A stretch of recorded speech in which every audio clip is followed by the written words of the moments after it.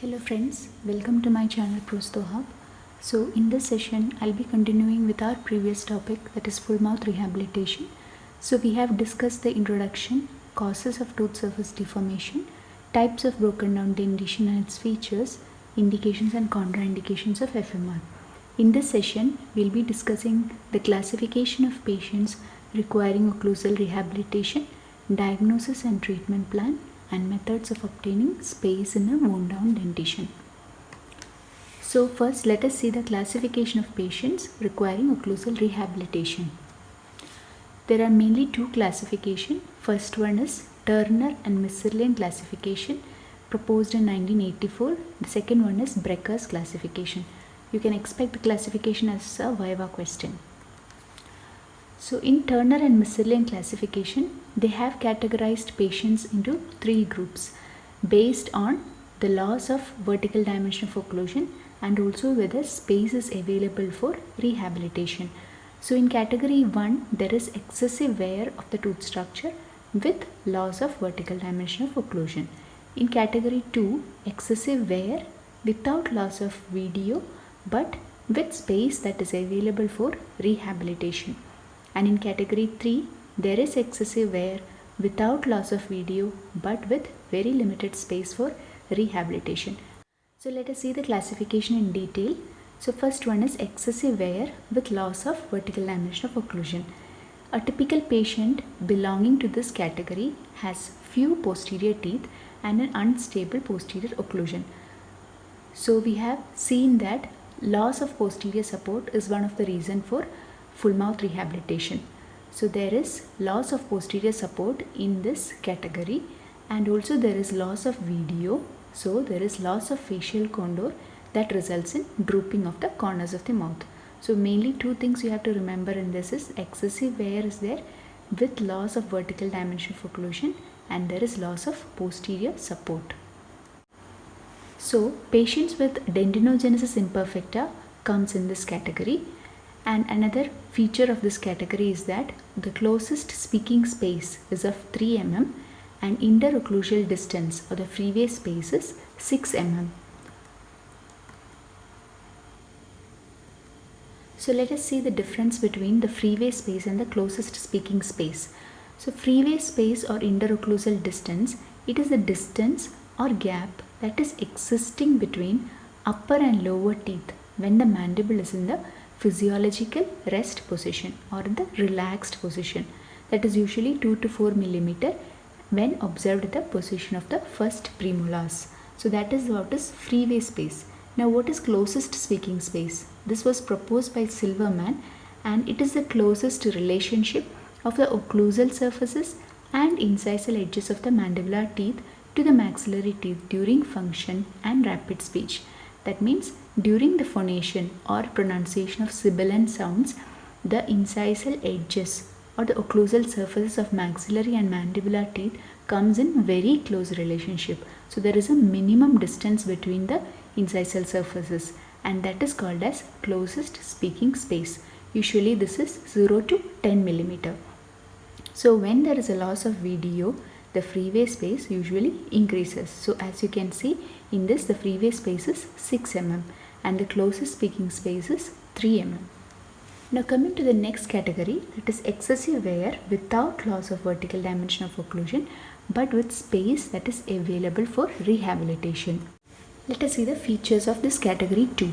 So here adequate posterior support is present and a history of gradual wearing of the teeth. Because of this gradual wear, there is time for continuous eruption of the teeth. So the VD that is losing has been compensated by the passive eruption of the teeth. And here the closest speaking space is of 1 mm. The interocclusal distance is 2 to 3 mm. And the particular feature in this category is when you manipulate the mandible, you can detect an anterior slide from centric relation to maximum intercuspation. This is another important feature of this category. There is an anterior slide from centric relation to maximum intercuspation. So let us see the category 3. So here there is excessive wear without loss of video but with very limited space. So here the posterior teeth exhibit minimal wear but anterior teeth shows excessive gradual wear over a period of 20 to 25 years. So because the posterior teeth is not at all worn down, there is no loss of VD and there is very limited space to rehabilitate. Here the centric relation and centric occlusion are coincidental and the closest speaking space is 1 mm, interocclusal distance is 2 to 3 mm because there is no loss of VD. This category is the most difficult to treat because vertical space must be obtained for restorative material. So there is no loss of VD and we have to find out the space in order to rehabilitate. So let us see how to gain the space for restoration. There are three methods by which you can gain space for restoration. One is by increasing the vertical dimension. So if you raise the posteriors by 1 mm, you can get a 3 mm increase in the anterior region. Another method is by correcting the centric relation occlusion by removing the discrepancies in centric relation occlusion. The third one is by crown lengthening. So these are the main three methods by which you can gain space for restoration. Now let us see the next classification, which was proposed by Brecker. So Brecker has classified patients into 4 groups: group 1, 2, 3 and 4. So let us see in group 1, he has classified patients into 3 classes again, and this is based on the cause of the collapse of VD. So all the patients are having collapse of vertical dimension of occlusion but due to different reasons. So let us see what is the reason in class 1. So in class 1, there is a collapse of VDO because of shifting of the existing teeth caused by failure to replace the missing teeth. So missing areas are not replaced and that will result in shifting of the adjacent teeth to those gaps, resulting in loss of VDO. The class 2 consists of patients with loss of VDO because of loss of all the posterior teeth in either one or both the jaws, with remaining teeth in an unsatisfactory occlusal relationship. So here there is loss of all the posterior teeth either in one jaw or in both the jaws.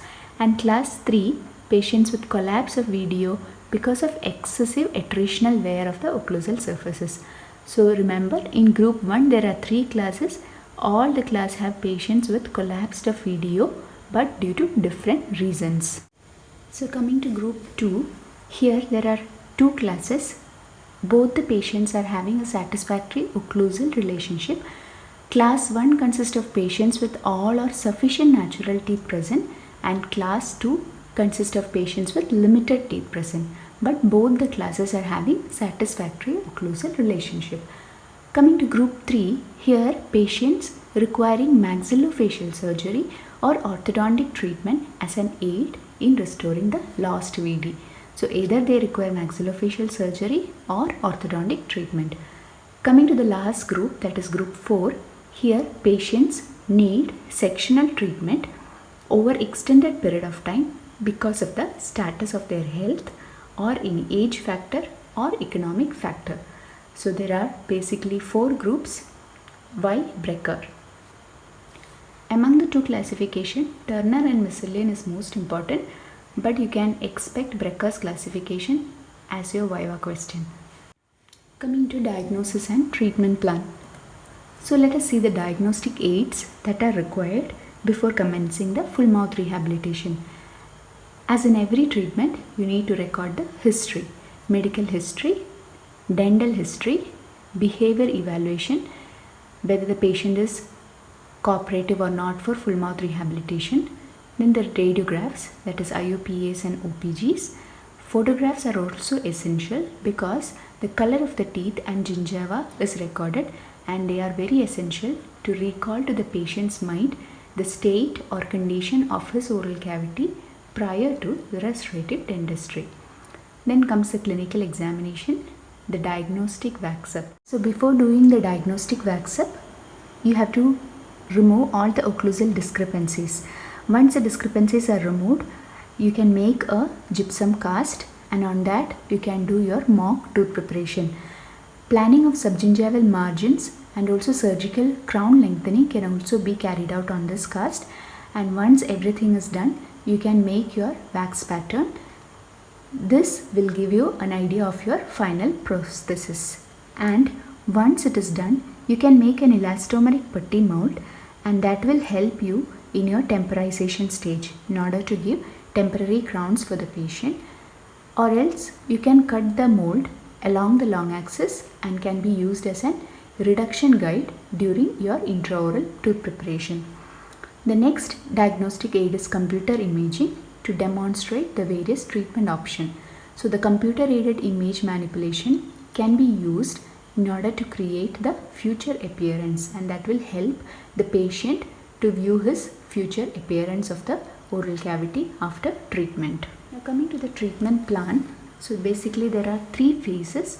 First one is the pre-prosthetic phase, the prosthetic phase, and the maintenance phase. So let us see what is there in the pre-prosthetic phase. So orthodontic consideration can be done, whether any teeth needs to be uprighted, any tilted teeth needs to be corrected, or any malpositioned or malaligned teeth can be corrected in this. Now periodontal consideration like root planing and scaling, endodontic consideration if any post and core is required or endodontic treatment is required, and finally the oral surgical consideration where any hopeless teeth or supernumerary teeth need to be removed.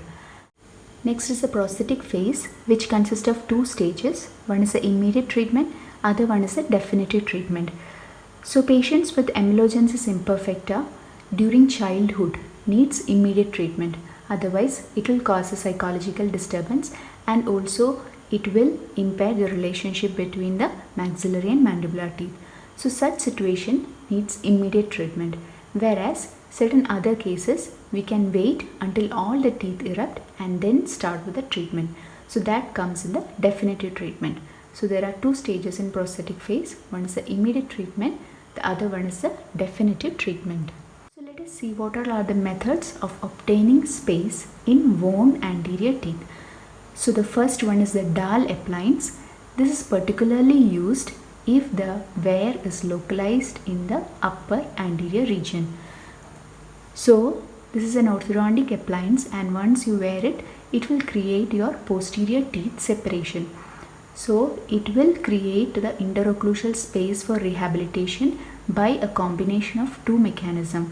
One is by passive eruption of your posterior teeth and also a certain amount of intrusion of your anterior teeth. So thus it creates the interocclusal space for rehabilitation. The next option is to grind the opposing teeth. So this is not advisable because it may cause possible aesthetic or pulpal problems. So if it is very minute discrepancy, you can grind the opposing teeth. The next option is to restore the lost VD. It is indicated only if majority of the posterior teeth need full coverage restoration. So if there is a loss of posterior support and all the teeth needs full coverage restoration, then you can go on with restoring the lost VD. The fourth one is to distalize the mandible. So this is done when there is an extensive occlusal adjustment that needs to be done in order to eliminate the slide from retruded axis position to intercuspal position. So if there is a significant slide from centric relation to maximum intercuspation position, then you can go on with distalizing the mandible. So if large anterior slide is present, then you can do the distalization of the mandible. The next one is crown lengthening. This can be done to increase the axial wall height to aid in crown retention. So if the axial wall height is very less and it will cause a retention and resistance problem, then you can go on with crown lengthening. And the final option is extraction or surgical repositioning.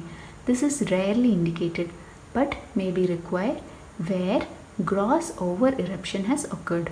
So you can go on with extraction or surgical repositioning if there is a very much significant over eruption that is present. So let us see the treatment of the three categories of Turner and Misserlin. So the first category was excessive wear with loss of VDO. So here there is a definitive loss of VD. So what you can do in this case is that you can try with trial restoration. So a removable occlusal overlay splint can be made and ask the patient to wear it for 6 to 8 weeks, and we can check the patient comfort, function, aesthetics and hygiene. So once 6 to 8 weeks is over, recall the patient and evaluate all these factors. Once the patient is comfortable, you can give a provisional fixed restoration after the tooth preparation. So once the provisional fixed restoration is done, again there is a wait period of 2 to 3 months. Once the provisional fixed restoration is also comfortable, then only you can go on with the final restoration. So it is having 3 stages. First you have to give the removable occlusal splint. Check for comfort, function, aesthetics and hygiene. Then recall the patient. If everything is okay, you can carry on with the tooth preparation, give the provisional restoration. Once that is also comfortable for the patient, then you can go on with your final restoration. So this is the treatment plan for category 1. So here, final restoration. Now category 2, there is excessive wear without loss of VD but with space that is available. So the features where there is gradual tooth wear, so that has maintained the VD by continuous eruption of the teeth, and the other significant feature is an anterior slide from centric relation to maximum intercuspation. So in this case, either equilibration or stability of the posterior teeth in centric relation can be done, and also enameloplasty of the opposing teeth in order to gain the space, and also periodontal surgery if there is insufficient crown length. So these are the treatment that you can go for category 2. Enameloplasty of the opposing teeth to gain space, equilibration, that is occlusal discrepancies needs to be removed, and also periodontal surgery. Now the category 3, excessive wear without loss of VDO but with limited space. As I have said, here it is the most difficult category to treat because space is not available for rehabilitation. Increasing vertical dimension in order to gain space for rehabilitation when there is no loss of VD is seldom advisable, but if it is necessary, you can increase a minimum vertical dimension that is required for your restorative purposes. So here minimum posterior wear with excessive gradual wear of the anterior teeth is present, and vertical space can be attained by orthodontic treatment, restorative repositioning, periodontal surgery and programmed occlusal vertical dimension modification. One thing you have to take care in this category is that trial restoration should be evaluated for a longer period of time in order to ensure patient accommodation for the altered vertical dimension of occlusion.